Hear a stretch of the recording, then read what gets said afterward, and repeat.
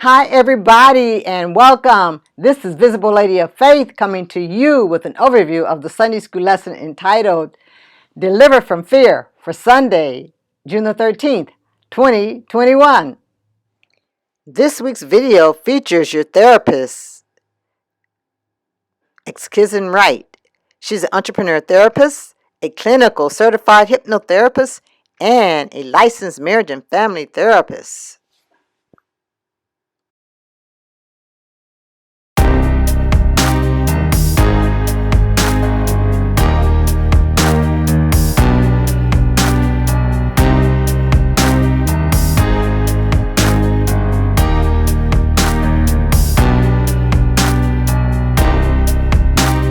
Fear looks like different things to different people. Some people fear success, whatever that looks like to them.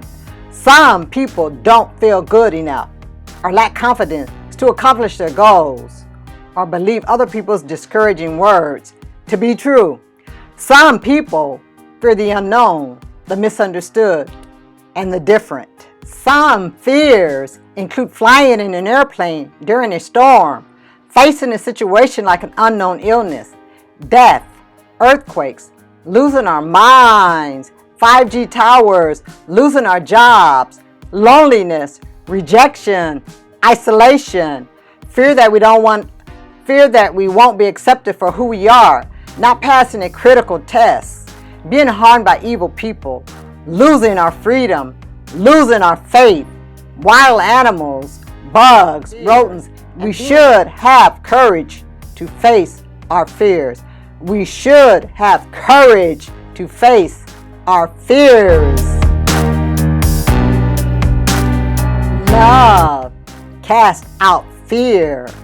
Our Creator is the best example of what love is and how the power of His words can impact our lives.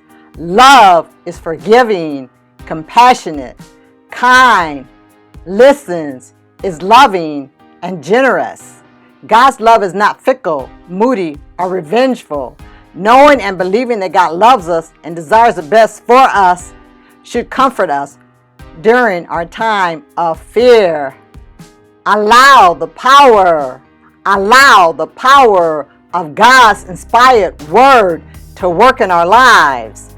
We need to do our part, like meditate, pray, have faith, be obedient to the word, and understand the power of love. Offer people words of encouragement. Be patient to see the power of Jesus' words come alive in our lives. After getting into the boat, a ferocious and perilous storm loomed. Waves pounded over the boat as the wind blew angrily at them so badly that they got scared. As Jesus peacefully slept while all this was going on, they woke him up because they were afraid to drown. They knew or had faith that Jesus could rescue them from the dangerous storm. When they woke Jesus up, he asked them why they were afraid and where was their faith. It may have been a rhetorical question because they knew Jesus had the power to save them. Jesus immediately rebuked or reprimanded the storm, and it became visibly calm. Those words were so powerful that even the waves and the winds obeyed them. It wasn't just the words, but it was a person who said them. Matthew 8 mentioned how Jesus healed a man who had leprosy. Back in those days, lepers were treated differently and judged because they thought it was contagious. They thought leprosy was contagious. People thought leprosy was a hopeless health condition and didn't want to have anything to do with people who suffered from it. The leper believed in the power of Jesus' words and who he was. He believed that he could heal him. This gave the leper hope for a seemingly hopeless situation. It was thought that if you touched a leper, you could get leprosy. Jesus willing to heal the leper. So, when Jesus approached him and touched him, he showed courage and compassion.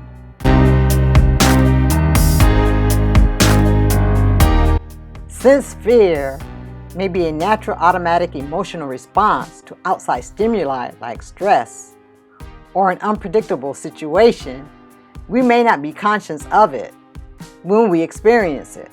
The part of our brain called the amygdala causes us to detect fear and respond emotionally. Fear can cause health problems like a weakened immune system, cardiovascular damage, stomach issues, among other things. It can also make us age just that much faster. It's sometimes hard to respond calmly when we experience fear. I'm afraid of lizards, so every time I see one, my fear is triggered. People deal with their fears in different ways. People are afraid of the unknown or unfamiliar. On Thursday, my daughter talked about the more you know, the more you grow during her Facebook Live video. I think the information on her video ties perfectly with fear. Fear of the unknown or unfamiliar. We should educate ourselves so that we can understand people's differences.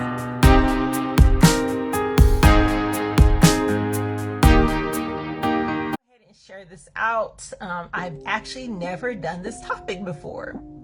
So transparent, I was a little nervous because I've never spoke on this. So I had to do a little research. Because in honor of Pride Month, I actually wanted to share more about mental health when it comes to let me get the initials right, the LGBTQI, and I believe there's now an A, community. So I have my notes, so I'm going to be looking down because I just want to start really talking about all aspects, what can influence our mental health, and this can impact our mental health. And specifically I want to talk about today is risk factors when it comes to what influences, what can impact one's mental health in this community due to it being Pride Month. So the first risk factor is coming out. So what does that mean? So basically, actually coming out, this shift of acceptance or hoping that they're accepted, that can cause anxiety, that can cause a distress emotion that one might have not ever experienced versus they have. So that could be a risk factor because that could feed into, say, anxiety, depression, and any other mental health issues or concerns. Because when somebody comes out, it's not only being true to them, they hope that who they come out to accepts. And they, of course, some people don't agree, but we're not talking about that. We're talking about acceptance of their choice, acceptance of who they are. And they worry about that. So that can add pressure, stress, anxiety, and that could cause a person to really be afraid and fearful and worry about coming out. So that is a risk factor. And then rejection, that really ties into the coming out. Rejection of, oh, I'm this way, and now, say, even friends and family potentially could reject you. That could be stressful. Like, as humans, period, we really don't like rejection. And sometimes we adapt and handle rejection, but how many of us really enjoy, like, truly be like, okay, I'm good with rejection, I love rejection. Now, people can handle it very well, but when it comes to actually, like, rejection, that can be hard. That can be hard because that's a whole question yourself. That could feed into the self-talk and even put highlight or a flashlight on possible different situations that happened in someone's past that is now occurring or showing up because of the rejection that has happened. So because coming out can be difficult. And believe it or not, even traumatic. So the next one is trauma. So trauma, it could be bullying. It could be even the coming out. It could be how they came out and how people took them. So that can be a traumatic event for them. So really remembering that, and really remembering when it comes down to it, we all have emotions. We all have feelings. And we really just want to be accepted certain places. Actually, majority of the time, we just want to be accepted. And we know that's not going to happen with everything, but it's just part of our human nature. So remembering that if you have a loved one, or if you know somebody that has come out to you, or just is that type of, or has come out to you, or just disclosed their truth, be okay. Like, be okay. And what I mean by being okay is you might feel some type of way, but them coming out with their truth, took a lot of courage, and that takes a lot of courage. So really just being there, being present, and just acknowledging it. And then substance use. Substance use, what I mean by that is substance misuse or overuse, which may be used as a coping mechanism. So as I'm really looking at these, a lot of them overlap in different areas when it comes to just us as humans. These are things that we should consider, that individuals can consider when it comes to risk factors and being knowledgeable about mental health and this community. And I would say the letters, but that is a mouthful. So charge it to my head, not my heart. And then homelessness. Let me read this part. The last two, or not the last two, the next two. I really want to emphasize these two. One, homelessness, and then the next one is suicide, because suicide is what I deal with daily. And what I mean by that is that's the demographics I currently work with. I currently work with teens who have suicide ideation, who have had suicide attempts. So just being aware of this and being aware how words and behaviors and how we act towards each other could really cause somebody to think less of themselves. So really think about that before you say something or before you do something to another person, because that can cause somebody, that could trigger a previous incident, which can trigger them self-harming or just a negative coping skill. So homelessness is the estimate that the LGBTQI youth and young adults have a 120% higher risk of experiencing homelessness, often the result of family rejection or discrimination based on gender identity or sexual orientation. This risk is especially high among Black LGBTQI youth. Wow. Many members of the LGBTQI community face the added challenge of finding homeless shelters that will accept them, and experience elevated rates of harassment and abuse in these spaces. So if you're out there and you're watching this video and you come across this video and you have a plan to maybe, or if you want to build a community center or maybe a housing, maybe specifically doing a housing for this niche, because it seems like there's some concerns and there's some obstacles that actually can be eliminated or dealt with. So that's just something to remember: homelessness. And then suicide. Many people in this community struggle in silence and face worse health outcomes as a result. The LGBTQI population is at higher risk than the heterosex cisgender population for suicidal ideation and suicide attempts. Can you believe that? Are at higher risk. Higher risk. So if you have a loved one and your loved one identifies as either one of these. And if you lose that loved one, how would you feel? How would you feel because you don't agree with their choice, or you don't agree with their truth because of your beliefs?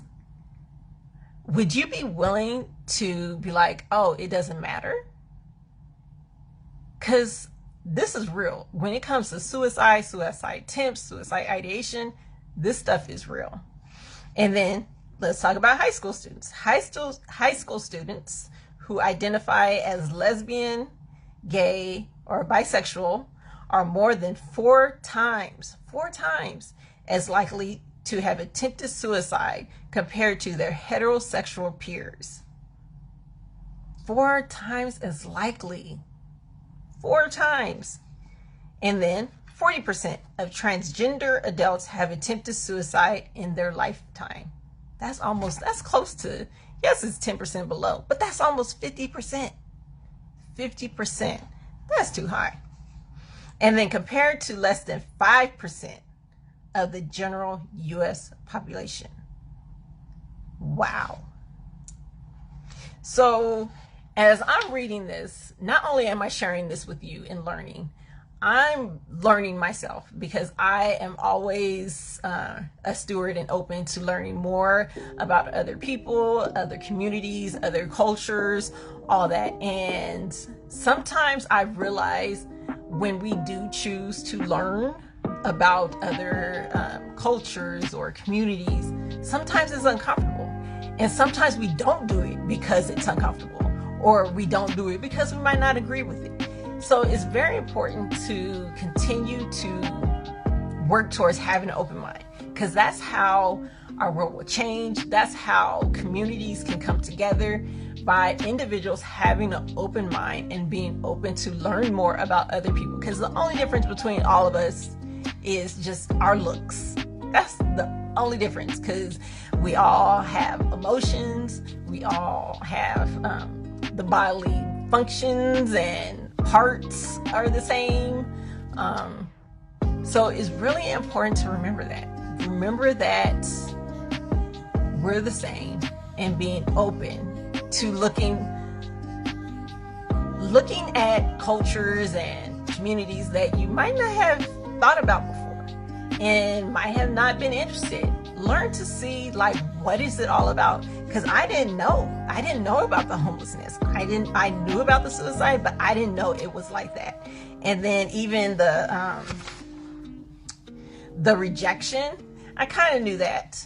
And then the inadequate mental health care. So this is all I'm about. Like, there should be an opportunity for everyone to seek out and obtain mental health services, and be fine and confident, and just know that it's okay to get mental health services. It's okay to seek out a therapist. It's okay to seek out a psychologist. It's okay to seek out a social worker that does therapy.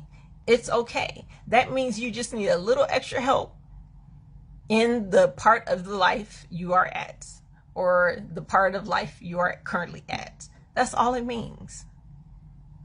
So, inadequate mental health care.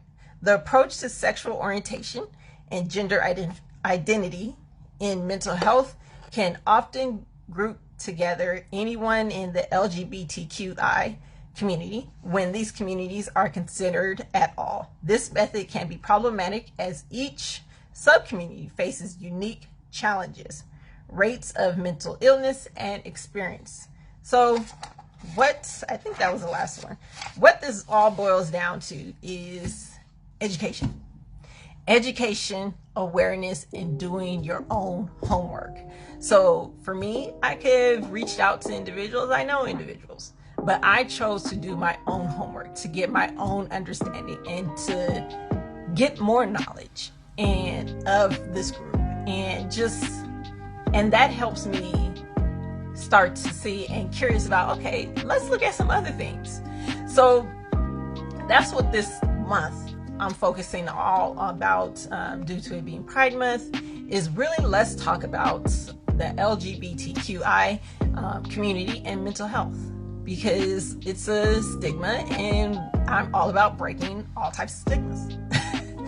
So with that, what are your questions? What are your thoughts when it comes to mental health and risk factors in this community?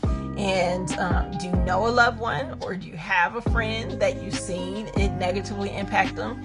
And are you willing to learn more and be open to learning more about this community and about their struggles and about their experiences? Because I am actually open to learning more, because the more you know, the more you grow.